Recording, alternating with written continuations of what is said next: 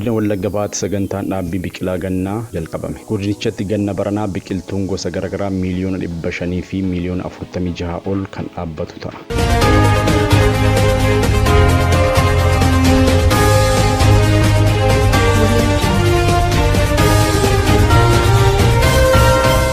Sadarkaa biyyoolessaatti sagantaan dhaabbii biqilaa dhuma waggaa kanatti gaggeeffamu milkeessuuf sagantaan ashaaraa magariisaa ganna baranaa godina Wallagga Bahaa aanaa Jimmaa Arjootti eegalameera. Aanaa Jimmaa Arjootti ganna baranaa biqiltuun bosonaa dhiqama biyyeef bishaanii eeguu danda'an kanneen nyaata loonii fi kanneen biroo gosa garaagaraa miliyoona 73 ol qophaa'ee sagantaa dhaabbii eegalamuu itti gaafatamaan waajjira qonnaa aanichaa obbo Girmaa Jiraataa himanii biqiltuuwwan bara darbe dhaabbatan keessaa dhibbentaan 91 ol qabateera jedhan. Kana biqilaa dhaabbiidhaa fi biqilaa gosa garaagaraa misooma bosonaatiif kan ta'u, eegumsa biyyee bishaaniitiif kan ta'u, nyaata horiitiif kan ta'u, biqiloota muduraa kan ta'an karoorri keenya miliyoona 63 qopheessuuf karoorsanni miliyoona 73 qophaa'eera jechuudha. Kana keessa miliyoona 73 dhaabuudhaaf kan qophaa'e boolli isaa hektaara 14,575 lafa irra dhaabbatu qopheessinee jirra. Biqiltuun kanaan dura barootan darbanii dhaabbatanii parsantii kan bara darbee parsantii 91 qabataniiru jechuudha. Bu'aan isaan buusan uummata keenyaa fi eegumsa biyyee bishaaniitiif fayyadeera. Bishaan maddoonni bishaanii badan deebi'uu jalqabaniiru jechuudha. Qonnaan bulaan keenya madda dinagdee ta'ee irraa fayyadamee gurguratee irraa fayyadamaa jira. Ija isaa gurguree irraa fayyadamaa jira. Jirma isaa gurguree irraa fayyadamaa jira. Madaala uumamaa eeguudhaafis faayidaa guddaa godhateera jechuudha biqilaan baramatan darban dhaabbatan. Qaamoleen hawaasaa dhaabbii biqiltuu kana irratti hirmaatan tokko tokko akka jedhanitti biqiltuu yeroo garaagaraa dhaabne irraa bu'aa olaanaa waan arganneef bara kanas karoora ashaaraa magariisaa milkeessuuf dirqama lammummaa keenya ciminaan ni baanaa jedhaniiru. Waan nuka kaase biqilaan lubbuu namaatii wajjin wal qabata. Biqilaa dhaabuun dhaloota itti fufsiisuudha. Biqilaan yoo dhaabbate qilleensi naannoo mijaa'aa argama, galiin irraa argama. Akkasumallee jijjiirama qilleensaa dhufullee inni ittisa jechuudha. Kanaaf biqilaa dhaabuun dhaloota itti fufsiisuudha. Biqiloota gosoota biqilaa jiranirraa hundee 50 dhaabee hanga 500 dhaabee karoora qaba. Kunuunsa isaa irratti akkuma dhaabne kana yeroodhaan deddeebi'ee ilaaluu barbaada, itti shoggaruu barbaada, mooraa itti ijaaruun barbaada. Kanaaf yoo bishaan obaasuu barbaada ta'ellee bishaan obaasuun dirqamadha jechuudha. Akkuma dhaabne kana dhaabne galuu biraan hin taane kunuunsa isaattis akkuma kanatti deebineetu hojjechuun dirqamadha jechuudha. Egaa kan kakaasee na fide tokko waan Oromummaa wajjin wal qabatu Oromoo fi biqiltuun hariiroo guddaadha kan isaan qabanii. Hariiroo ilmummaa fi abbummaati. Oromoon akka sabaatti kan inni biqilaaf qabu iddoo guddaa biqilaaf qaba. Hin kunuunsa akka ilmoo isaattis ilaala waan ta'eef tokko duudhaa Oromummaa guddisuu keessatti gaheen biqilaa dhaabuu isa tokko waan ta'eef kan lammaffaa galma dinagdee qabame akka biyyaatti ashaaraa magariisaatiin akka biyyaatti leegaasii giriin leegaasii jennee akka biyyaatti itti badhaafamuun keenya yaadatama. Jijjiirama qilleensaa to'achuuf roobni yeroo malee akka inni oomisha keenya wajjin wal qabatu roobni yeroon isaa yoo darbe hongeef balaaf waan nu saaxiluuf jijjiirama qilleensaa to'achuuf illee biqilaa dhaabuun dirqama dhuunfaa kootis dirqama uummata aanaa kanaatis waan ta'eef kanatu na kakaase jechuudha.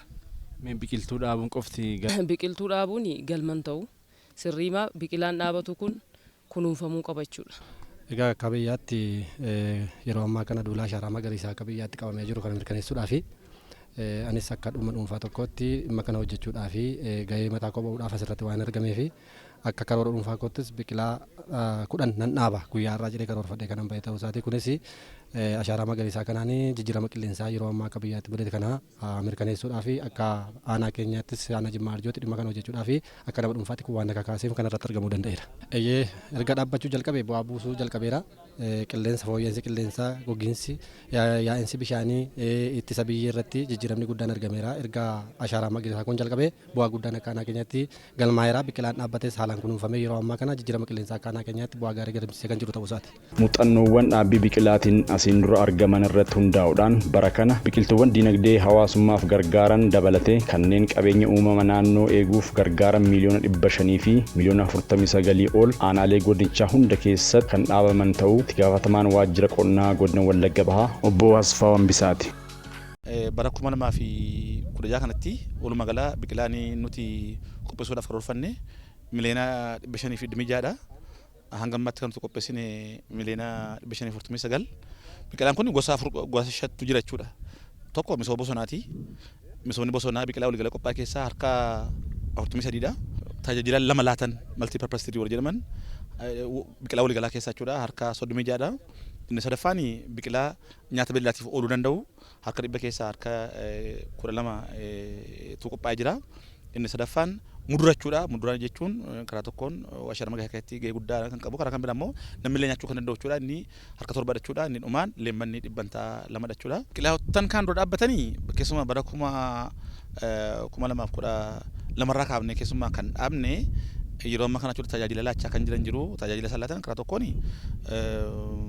oomisha dammaa hojii dhabaan keessatti ijaarame jechuudha. Oomisha dammaa keessatti oomishuudhaan jechuudha. Oomisha gaagura ammayyaa initiatiivii gaagura ammaatiin fudhate jechuudha. Oomisha dammaatiin argachaa jira. Lammaffaan immoo nyaata beelladaatiif kan ta'u nyaata beelladaa kan akka horii furdisuudhaaf akkasumas jechuudha qeetti keerii siistimiidhaan jechuudha itti fayyadamaan kan jiran jiru waan ta'eef tajaajila gaddaa karaa kan biraa jechuudha qilleensa naannoo tasgabbeessuu keessatti illee jechuudha iddoo olaanaan qabaata.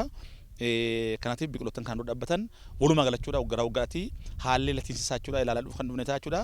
Kan bara 2015 latiinsisaa jechuudha 189 irra kan jiru ta'uu isaa gaafsee kaasuun barbaada jechuudha. Hawaasni godinichaa faayidaa biqiltuun qabu hubatee bara darbee biqiltuuwwan hedduu dhaabamaa turuu kan himan immoo taanaa bulchaan godina Wallagga Bahaa obbo Gammadaa Tafarraa uummanni godinichaa muuxannoo baroota darban argaman irratti hundaa'uudhaan bara kanas duulaan akkuma biqiltuu dhaabaa jiru kunuunsa isaa irrattis duulaan kunuunsuu qabaa jedhaniiru. Bona hojii misooma sululaa daagaa uummanni keenya bee humna isaatiin hirmaatee tolaan humna isaatiin hirmaatee bona daagaa irratti hojjechaa daagaa hidhaa qotee misoomsaa ganna immoo hojii baayoloojikaalaatiin biqilaa qe'ee isaatti damsuudhaan madabii irratti kan mootummaas kan dhuunfaas biqilaa bal'inaan oomishuudhaan bal'inaan gaarawwan qullaafan misoomsuudhaan bu'aa gurguddaan irraa argamee jira jechaadha. As keessatti uummanni keenya keessattuu hojii dhabeeyyiin namoonni dubartoonni dargaggoonni hojii dhabeeyyiin irratti ijaaramanii oomisha dammaa keessatti oomishaa hojii qabatamaatti galiis irraa argachaa akka jiran qabatamaadhaan ilaalaa jira jechaadha. Gama biraadhaan misooma beelladaatiin as keessatti beelladoota horsiisuu furdisuudhaan marga hookaan adda addaa as keessatti misooma beelladaa keessatti gahee olaanaa taphatamaa akka jiruu fi uummanni keenya dhuunfaadhaanis simaataadhaanis ijaarame irraa fayyadamaa akka jiruu fi bu'aa qabatamaan argamaa akka jiru qabatamaadhaan ilaalaa jirra jechaadha. Kanarraa ka'uudhaan bara kanas biqilaa miiliyoonii hedduudhaan lakkaa'amu gara miiliyoonii 500tti lakkaa'amu misoomsuudhaan ganna kana dhaabuudhaaf qophiin taasifamaa ture. Guyyaa irraa akka godina Wallagga Bahaatti aanaa Jimmaa Arjoo ganda Laaloo keessatti akka godinaatti jechaadha duula jalqabbii biqilaa ashaara magariisaa kan bara 2016 jalqabsiisnee jirra. Biqilaa ashaara magariisaa hojii tola ooltummaaf tajaajila lammummaa ganna kana hojjetamu keessaa isa tokko waan ta'eef uummanni keenya humna isaatti baasee birrii biiliyoona hedduudhaan lakkaa'amuuf tilmaamamu biqilaa dhaabuudhaan irratti hirmaachuu qaba jechaadha. Akkuma kanaan dura hirmaataa ture baranas irratti hirmaachuu qaba. Yeroo kana goon immoo biqilaa dhaabuun galma miti. Biqilaa dhaabde kana qulqullinaan dhaabuudhaan akka daa'imaatti istiqeenyaan hordofuu kunuunsuudhaan akka isaan guddatan bishaan gahaa akka isaan argatan bishaan gahaadhaaf roobni jira biyya kana garuu horiirraa ittisuu tuttuqaarraa ittisuu margaan akka hin banne aramaasaa sirriitti aramuudhaan kunuunsuudhaan irratti hojjechuu qabna isiniin jechaa. Waggoota darban godina Wallagga Bahaatti biqiltuu dhaabaman keessaa 94 qabachuu isaanii odeeffannoo waajjira qonnaa godinicharraa argame ni addeessa.